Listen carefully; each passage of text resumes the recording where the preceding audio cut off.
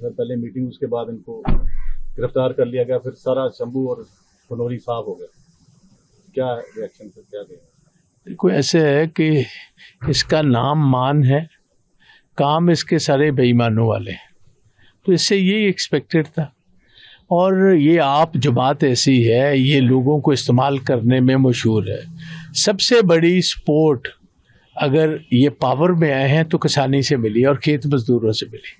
आज देखिए, आज इनकी स्टेटमेंट ये है कि हमने ये इंडस्ट्री के लिए और कारोबार के लिए करवाया। हम ये कहते हैं अगर आपने ये काम करवाना भी था, आपने धोखाधड़ी क्यों की?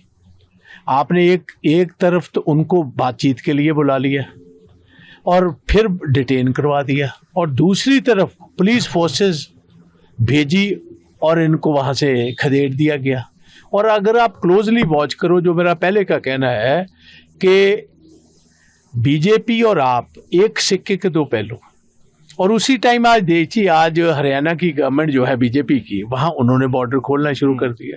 सो अब किसानों की इनको है कि लुधियाना वैसे इलेक्शन लड़ रहे हैं इनके अरोड़ा साहब, ये चाहते हैं वो एमएलए बने, और एमएलए इसलिए ज़्यादा इनका जोर लग रहा है क्योंकि केजरीवाल साहब, वो अगर अरोड़ा साहब जीतेंगे तो फिर ही केजरीवाल साहब राज्यसभा के मेंबर बनेंगे।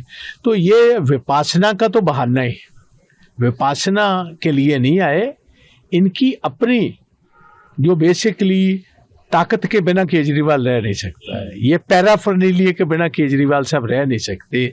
तो ये सारा कुछ जो कुछ आज जवानों से हुआ, देखिए 2-3-4 दिन पहले एक कर्नल को मर्सिलेसली वो उनकी पिटाई की गई। और हमारी पंजाब की तो पहचान ही जय जवान और जय किसान है। ना जवान का कुछ रहने दिया, ना किसान का कुछ रहने दिया, ना खेत मजदूर का कुछ रहने दिया। और अब ये देखिए, मैं इनको ही सवाल करता हूँ, किसान तो वहां 1-2 साल से बैठे हुए हैं।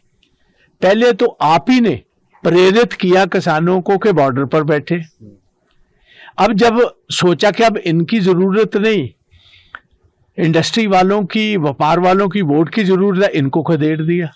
6 महीने बाद ये कहेंगे अब इंडस्ट्री की और व्यापारियों की जरूरत नहीं, फिर उनको खदेड़ देंगे।